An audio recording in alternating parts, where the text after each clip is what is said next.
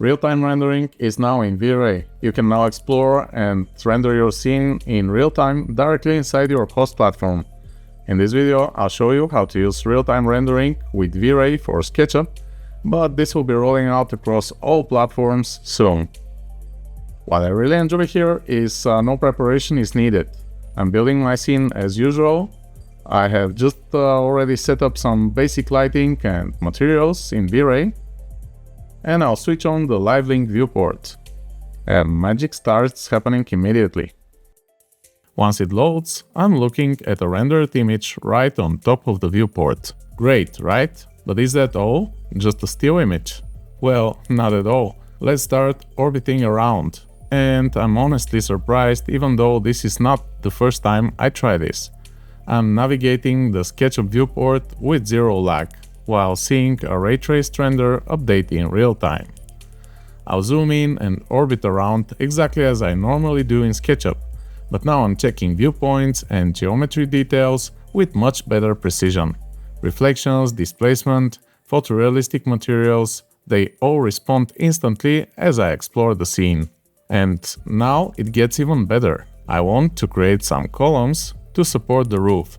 So I'll draw a circle directly on the rendered view. It snaps precisely to the slab geometry that we have in the viewport. I only need to extrude it now. As soon as I select the geometry, the viewport switches into a so-called hybrid mode, a blend of V-Ray rendering and SketchUp outlines. I love this look. Actually, it has a clean toon style aesthetic. More importantly, it lets me keep modeling naturally while still seeing ray-traced overlay. I actually forget that the viewport is fully ray-traced as I continue my workflow the usual way, making groups, selecting geometry, etc. I will apply a generic clay material to test how it looks. It works perfectly, but honestly, gray isn't doing it for me. So I'll switch to a copper-like metal. As I adjust the material, all its properties update instantly in the viewport. I'll play a bit with the reflection settings and can see even the IOR and metalness effect in the viewport real time. Now I will open the Cosmos library because I don't feel like creating a photorealistic complicated material from scratch, and I'll find a ready preset metal material. This one even has oxidized green spots for a nice vintage effect, and I'll apply it.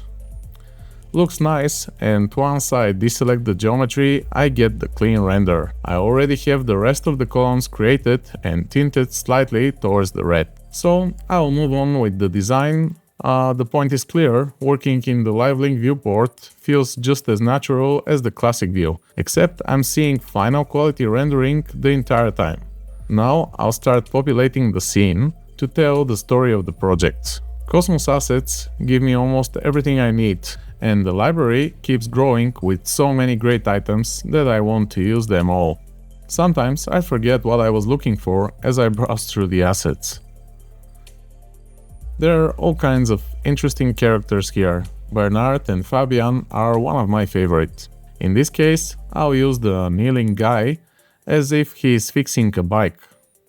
I love that I can even see his correct shadow when placing, so I know how it will affect my composition and scene. I'll find a nice bike model next, and I'll think of a way to hide the kit behind the bike in composition later. Once the bike is in place, I'll continue with some greenery, so the house doesn't look like it's built on Mars. Some micro gardens, first, from Cosmos of course. Those are ready to place patches of grass that I will set on the ground and on the terrace under one of the roof gaps for now. Then some yucca plants maybe in the micro gardens. The main inspiration for this design is the roof openings that allow trees to grow through the gaps. So I will place a few California plants going through the holes to match the warm climate. The first one will be here, and I'll skip the fact that I changed the palm type a few times and added another one on the other side of the terrace. So after adjusting those, I will continue on with lamps and furniture. I want to put some nice garden lamps to mark the stair entrance and to further focus our attention there. Hybrid mode helps me snap objects precisely where I want them. And once I place them, I can select one instance right in the render and modify them a bit. I will adjust the garden lamp intensity and instantly I see the effect in the viewport. Now we are really focused on those, even though it is a daytime scene, but honestly I just did this to show off the render responsiveness. I will hide the roof geometry so I can place interior and terrace furniture more easily next. I choose pieces from the library and position them quickly. An outdoor swing here, a sofa there, just point and click, click on the render and seems like magic.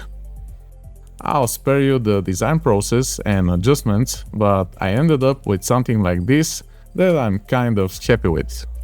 Now I want to add more detail to the foreground gravel. To be honest, I tried bump first and then displacement. I could have done a better job for sure, as a normal bump and displacement are quite powerful in some cases, but I think real scattered pebbles will improve the foreground much more. Cosmos has a preset for exactly that. I imported the preset, I'll select the ground plane, and I'll apply the pebble scatter. And by the way, as you can see, we don't even have to use the V-Ray preview mode anymore. We see all those scatters live and rendered in the viewport, and we can adjust their density and distribution while seeing them update live. Then I'll turn on the other scatters as well that I have created previously. Desert plants, rocks, forest elements, all from Cosmos applied to the outer terrain. In the far background, I'm using a mountain terrain imported as a V-Ray scene.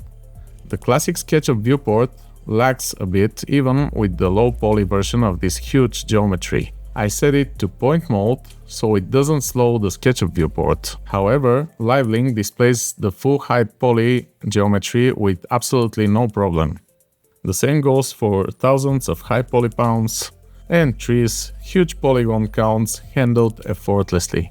Even the usual way of displaying scatters as boxes was slower compared to the live viewport. Now I see everything in full detail and keep adjusting freely.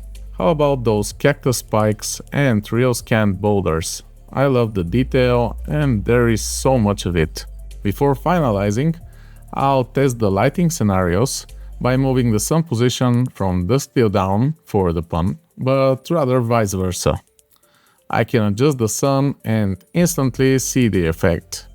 With the hero shot set, I will explore some other viewpoints around the house. Then I want to polish the look with some effects. Depth of field appears instantly in the viewport. I want to see how it looks like in some of the other viewpoints as well, especially interiors. The volumetric fog, true environment fog with GI scattering and emission also updates in real time, and I can adjust it.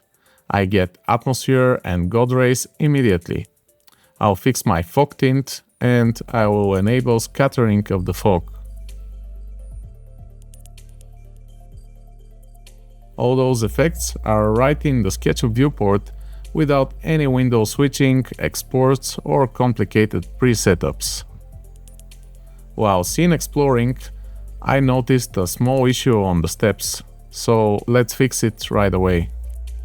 Even slightly defocused, I have full instant control of the geometry. I can select the object I want to modify. I get my familiar scaling gizmo and flawlessly adjust and snap it exactly and precisely as I need. I could spend all day playing around with the scene, choosing countless compositions and lighting scenarios, enjoying the scene, and I will get the final result instantly in the viewport. At this point I just wanted to experiment how flares look like, so I put the scene in a nice contre jour and I was not disappointed at all. Maybe I'll keep this version, but for now I brought back the original sun position and just started orbiting around in hybrid mode, as I just love the toony image I get, and it lets me explore more possible compositions in a very visually pleasing way. Rendering the final image is basically like taking a high-resolution screenshot.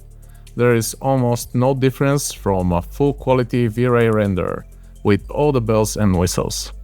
Adjusting focus distance for crisp details where and when you need it. And enjoying more of this real-time depth of field effect in each scene, exploring possible new viewpoints. Just as a test, if I turn the live link off, I can see all the changes that I've made are applied to the actual SketchUp scene. It remains our one and only source of truth. So that wraps it up. Real-time rendering, hybrid modeling, Cosmos magic, and a whole lot of lag-free fun. Everything updates instantly, and honestly it's way too easy to get lost in your scene for hours. It's the same SketchUp workflow you know and use, just supercharged with V-Ray. Now go enjoy having final quality rendering all the time. You can try it out yourself, there is a link in the description below. And if you want to see the latest features in the collection, you can watch this video to find out.